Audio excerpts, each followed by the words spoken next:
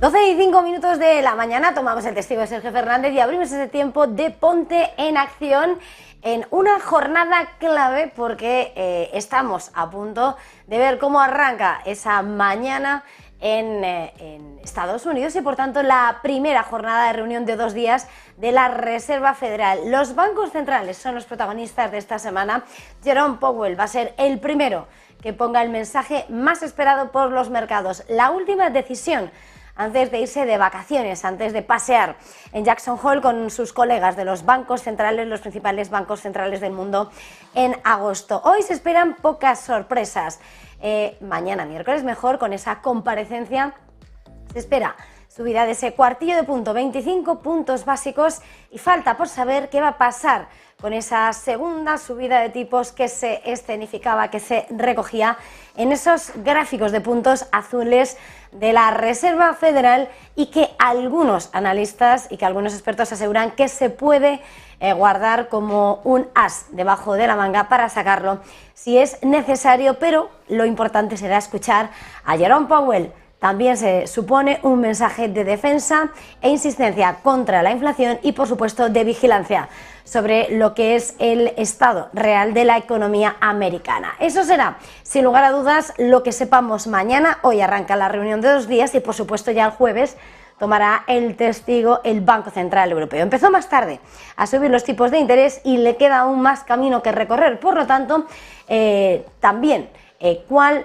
sea el mensaje que lance Christine Lagarde una vez que se espera que anuncie también esa subida de tipos para este jueves, marque el ritmo y el curso de esa política monetaria de una eurozona que se está viendo presionada por lo que están arrojando los datos. Los PMIs que anticipan un inicio de tercer trimestre con contracción y con, por supuesto, lo que está pasando en el mercado crediticio más allá de lo que es la propia decisión de la política monetaria con la subida de tipos de interés.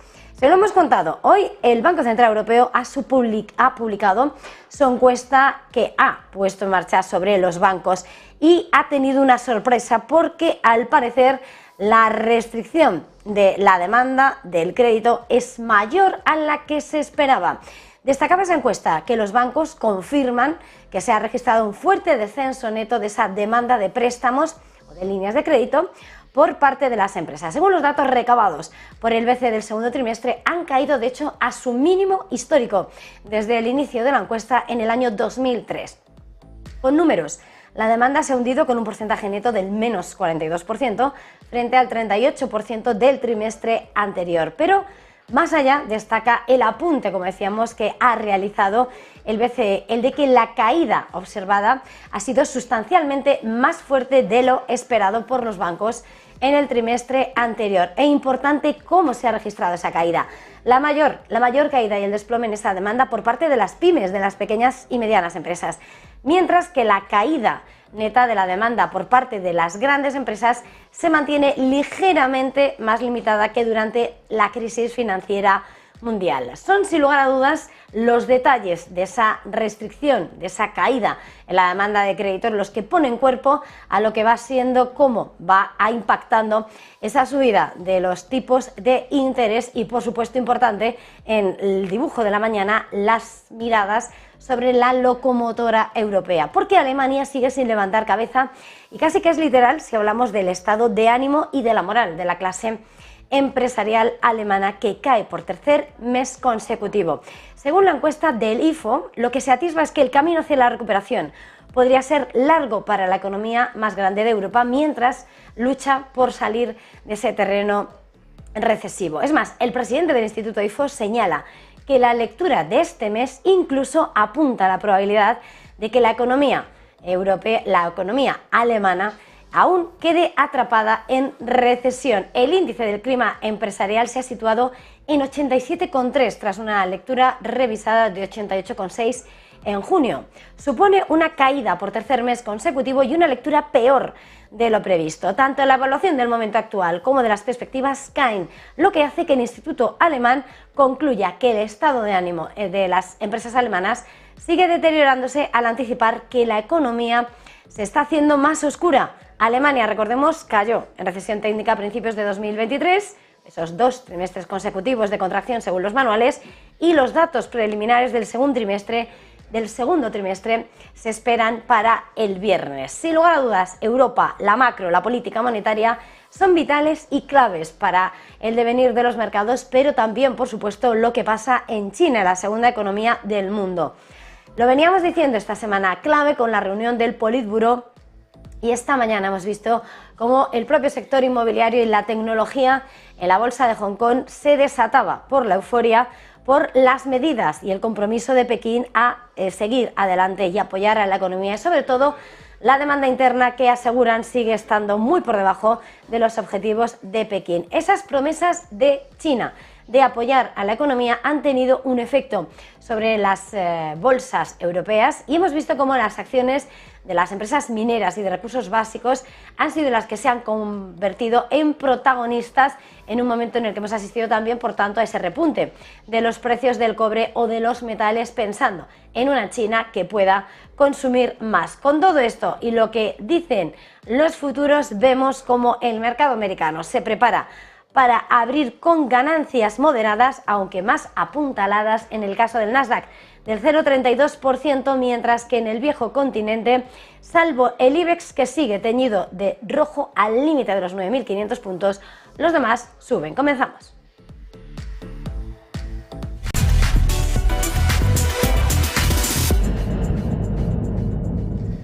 ...12 minutos pasan de las 12 del mediodía, 11:12 en Canarias, tiempo, por tanto, para adentrarnos a media sesión en el análisis, y lo hacemos a esta hora con Pablo García, director de Diva Conserva Value.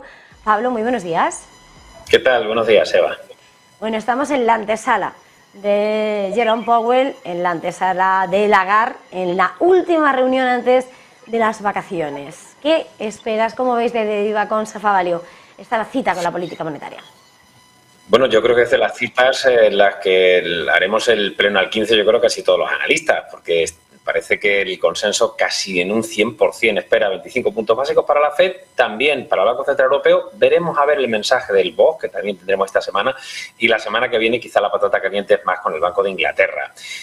La situación, yo creo que hay que diferenciar, nunca mejor dicho, estas 3 zonas, porque Estados Unidos sigue con la desinflación, ese 3% de junio que gustó, a pesar de que la subyacente está todavía en el 4,8%, pero el deterioro macro no está siendo tan fuerte, es decir, la resistencia del empleo está siendo sorprendente. Incluso si vemos los datos comparativos del PMI manufacturero respecto a Europa, pues nos están dando pero bastante bien, ¿no?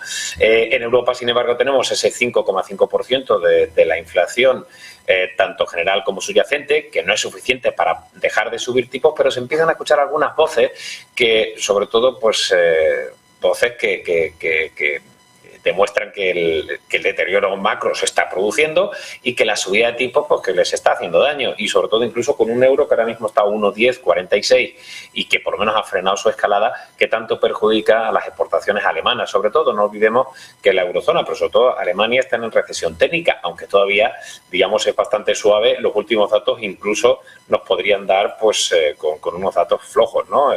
Para el crecimiento del PIB, porque el PMI de manufactureros de Alemania ha sido de 38,8 puntos, ¿no? Es muy malo el dato preliminar de julio. Y por otro lado, China, que si bien es cierto que se hablaba de deflación tras el último dato de inflación en el 0%, deterioro de exportaciones, producción industrial, es decir, estábamos viendo una economía a la baja y con un recorte de tipos, aunque sea solo de 10 puntos básicos, un claro decoupling respecto a Estados Unidos, pues ya tenemos ahí ese preaviso de medidas de apoyo gubernamental que relanzará esas medidas de apoyo económico, ¿no? Entonces, bueno, por un lado vamos a tener apoyo fiscal y apoyo monetario. Así que, bueno, pues eso está haciendo, y esta mañana lo hemos visto muy claro en el Hansen de Hong Kong o en el CSI 300, subidas bastante fuertes, ¿no? Y eso también lo estamos viendo reflejado a nivel sectorial, porque ya hemos comentado en numerosas ocasiones en Negocios Televisión que el siguiente paso importante para la gestión de carteras va a ser cuando compramos cíclicos pesados. Los sectores que peor lo están haciendo en el conjunto del ejercicio, como metales, minas, petróleo, incluso papeleras, real estate también, ¿cuándo empezamos a tomar? Y el mercado parece que toma la avanzadilla, ¿no? Con esa subida del precio del crudo, quizá demasiado optimistas, ¿no?, con esas medidas de apoyo, porque parece que intrínsecamente están pensando que la demanda de China va a ser mucho más poderosa de lo que realmente los datos están diciendo, ¿no? Así que, bueno, pues un tira y afloja, pero la realidad y conclusión, que era un poco nuestra apuesta, es que la economía norteamericana está siendo mucho más potente y está, digamos, ejecutando ese plan muy bien marcado por Jerome Powell de desinflación, pero conteniendo el efecto negativo que se produce obviamente con el precio del dinero y las restricciones crediticias en la economía. Me has hecho un resumen de todos los temas del día de una, Pablo, y casi que aclarándolo al mismo tiempo, te he dicho que va a ser cronista una nueva forma de presentarte. Mirando a algunos de los asuntos que has puesto sobre la mesa, voy a coger el último por coger uno. Cómo hablas de esa subida de tipos de interés que va impactando y que evidentemente lo que ha hecho, y lo hemos visto en esa encuesta del Banco Central Europeo, cómo se restringe la demanda, por supuesto en la mayor hundimiento en esa petición de crédito, de líneas de crédito de préstamo llega por parte de las pymes, que adelanta de alguna manera esa congelación de los movimientos de las empresas. Pues es una consecuencia absolutamente razonable. Yo he repetido en numerosas ocasiones y no me puedo flagelar más de que me equivocaba en que el efecto en el consumo y en el crédito, pues yo pensaba que se iba a producir un poco antes, ¿no? Y es cierto que los sectores más ligados al consumo y dependientes de la financiación, como son, por ejemplo, la rama textil, los autos, es decir, financiamos la compra de un auto, financiamos la compra de una vivienda, en menor medida el gasto en consumo, digamos, en ropa, pero sí en turismo, etcétera. Y yo pensaba que el deterioro iba a ser anterior y me equivocaba, ¿no? Todavía parece que se está retrasando, pero la llegada es inminente, es decir, cuando el precio del dinero sube con fuerza y la restricción, como siempre digo, solo se presta dinero al que no lo necesita y los bancos no necesitan expandir demasiado el crédito porque los márgenes están siendo muy buenos, net interest income, los ROEs están siendo muy buenos, como estamos viendo en Estados Unidos y ahora lo vamos a ver en Europa, que esa es una de las buenas ideas de inversión, ¿no? Volver a tomar el sector bancario gracias a esos márgenes y a esos niveles de rentabilidad.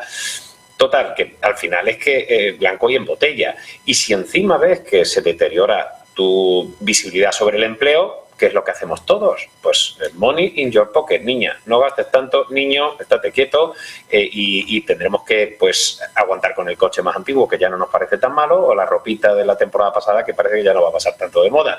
Pero más aparte, la realidad es que el consumo debe resentirse y si las empresas ya empiezan a pedir menos dinero porque el coste financiero es más alto, es que en eso consiste la subida de tipos y el deterioro de expectativas macro. Por eso yo pienso que el mercado ha sido demasiado optimista con el mantenimiento de los niveles de consumo. Pero insisto, se ha retrasado más de lo que yo pensaba, pero está por llegar. Entonces creo que el segundo semestre va a ser un poquito más duro, porque ya nos están avisando, como bien has apuntado, esas cifras de crédito, empresas, y por supuesto también va a pasar con los niveles de endeudamiento a nivel de economía doméstica. Y lo siguiente, ¿cuál va a ser? El warning. Es el NPL, son las tasas de mora. La mora va a repuntar porque nos va a ser más complicado por esa falta de visibilidad en el empleo, por esos precios más caros, porque hay que pagar muchas cosas. La vuelta al cole va a ser dura. Entonces, no gasten demasiado en verano, que la playa, de momento, sigue siendo gratis y uno se da un paseo por ahí. ¿Cómo queremos olvidarnos de todo en nuestros periodos estivales? Pues la realidad nos espera la vuelta en septiembre. De hecho, en septiembre seguiremos hablando de política monetaria, pero estamos adentrándonos ya en el tercer trimestre y lo que estamos viendo, por muchos de esos asuntos que comentabas hace un momento, era el pulso de la economía alemana, donde parece que no deja de llover, pero más las noticias. Las expectativas en el IFO, los PMIs con esa manufactura a nivel de presión, no sé hasta qué punto y cómo va a combinarse ese escenario de la locomotora europea apagada con todo lo que está por venir y cuando además llega todavía más restricción de cara a la disciplina fiscal en 2024. Claro, es muy complicado saber hasta dónde, pero los tres datos de confianza empresarial del consumidor, al final, empresarial, consumidor y el inversor, no me salían los tres, nos adelantan la tendencia. Y habíamos visto una cierta mejora. Por eso, bueno, el primer trimestre los resultados empresariales, que hay que reconocerlo, fueron mejores de las estimaciones del consenso. Habíamos sido, como hemos dicho antes, muy conservadores y los resultados fueron buenos. Ahora en el segundo trimestre están siendo relativamente buenos, pero lo que ya nos adelantan con este IFO, incluso niveles que otra vez vuelven a meter miedo, pero es que es normal, viendo los datos, como hemos dicho, de Alemania, de PMI manufacturero, viendo la desaceleración del consumo, pues al final la confianza empresarial va a ir ir a la baja, ¿no? Eso es lo único que puede matizar el mensaje de Christine Lagarde, ¿no? Desde mi punto de vista no debería. Es decir, yo creo que una cosa es el plano monetario, estamos todavía en el 5,5%, quizás insuficiente, tendríamos que volver a subir los tipos en septiembre, pero por otro lado, pues algunos le están pidiendo, oye, no pises demasiado el freno en este caso no a la subida de tipos, sino al crecimiento, porque puede ser un caos. Bueno, por lo menos la esperanza de recuperación de China está haciendo que el mercado empiece, como digo, está subiendo Basic Resource, está subiendo un 3,45 hoy. Es decir, el mercado confía en esas medidas de apoyo de China y no olvidemos que muchas grandes compañías, no solo del sector lujo, también del sector minero, del sector industrial, exportadoras europeas, dependen de que China salga adelante, ¿no? En cualquier caso, los resultados empresariales, de momento, quitando algunas excepciones, por supuesto, están siendo de una factura todavía bastante y sorprendentemente brillante, aunque para el segundo semestre, insisto, la cosa se ponga un poquito más complicada.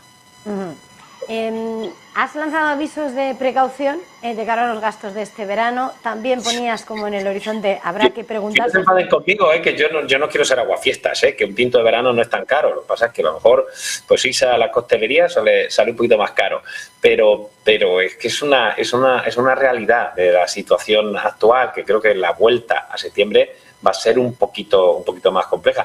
Y con perdón, algunos analistas insisten con el rollo de los ahorros del COVID. Yo no sé cuánto han ahorrado en el COVID, pero es que el COVID ha pasado ya mucho tiempo. A mí no me queda ni un céntimo de lo que ahorré en el COVID, si es que ahorré algo. Entonces, yo creo que esa historia de los ahorros del COVID, todavía, yo no sé cuántos cerditos tendrá la gente en sus casas, pero vamos, yo creo que los ahorros del COVID ya no los hemos pulido, pero vamos, desde hace tiempo. Que sí, en muchas casas, no solo en alguna. Antes de terminar, Pablo, oportunidades entonces. ¿Dónde miramos ahora mismo para al menos irnos de vacaciones con una cartera segura? Eso, pues esa es la conclusión. Es decir, todo lo que hemos comentado antes, pues bueno, siempre es interesante, pero ¿qué estamos haciendo los inversores institucionales? Pues yo sigo estando bastante largo de tecnología. Si recuerdan lo que les he venido insistiendo desde enero y sobre todo en febrero incrementamos mucho más cuando no estaban las cosas tan claras, porque el Nasdaq lo hizo mal en febrero, son de las 7 grandes, 3, Apple, Microsoft y Alphabet. Me la juego, pero 2 de ellas, Alphabet y Microsoft, publican esta tarde y están todas en máximo histórico. Pero ya les insistí que las otras 4 yo era mucho más cauteloso. No porque creyera que los resultados de un Tesla o de un Netflix iban a ser un desastre, sino que estaban muy arriba y había ciertos detalles que podía el mercado cotizar a la baja. Y así ha sido, con Tesla y con Netflix caídas del torno al 8 y pico por ciento y unas caídas, una toma de beneficios, llamaría yo más, que era bastante esperable. Incluso en Nvidia también podemos esperar eso y en Meta. Yo soy algo más confiado con Microsoft y con Alphabet y con Apple. Y por otro lado, es, como decía, a ver cuándo llega ese rebote de los sectores cíclicos pesados, que creo que pueden ser muy interesantes, con petrolera, metales y minas. Yo de momento estoy largo de Glencore y de Shell. No estoy muy largo de los sectores todavía, tengo mis dudas sobre esas medidas de apoyo de China que vayan a ser tan importantes. Y por último, y ahí sí estuvimos tomando, nada más que empezaron las publicaciones del sector bancario norteamericano, mi top pick sigue siendo JP Morgan, muy contento, está en máximo, pero también tomé un ETF de la banca europea. Creo que fuimos muy cautelosos, y yo el primero, cuando se destapó esa crisis de Silicon Valley Bank en marzo, que afectó, por supuesto, también, incluso en Europa, a Credit Suisse. Y los bancos no han vuelto a los niveles de ese mes de marzo, cuando seguimos teniendo esos 4 factores que analizamos, y sobre todo los márgenes y la rentabilidad sobre los fondos propios, muy potentes. La banca americana ha publicado bien, y la banca europea, mucho más comercial, debería haberse beneficiado de ese entorno, con unos yield enormemente altos y una capacidad de pagar dividendos muy buena. Yo creo que el sector bancario, un crédito, un BNP, un propio Santander, tienen potencial para hacerlo bien y quizás sea uno de los sectores que más sorprenda en estos resultados del TOSTE. Pues los vigilaremos y los analizaremos. Pablo García, director de Consa Favalio, gracias, feliz jornada, feliz negocio y hablamos antes de vacaciones. Igualmente, gracias Eva.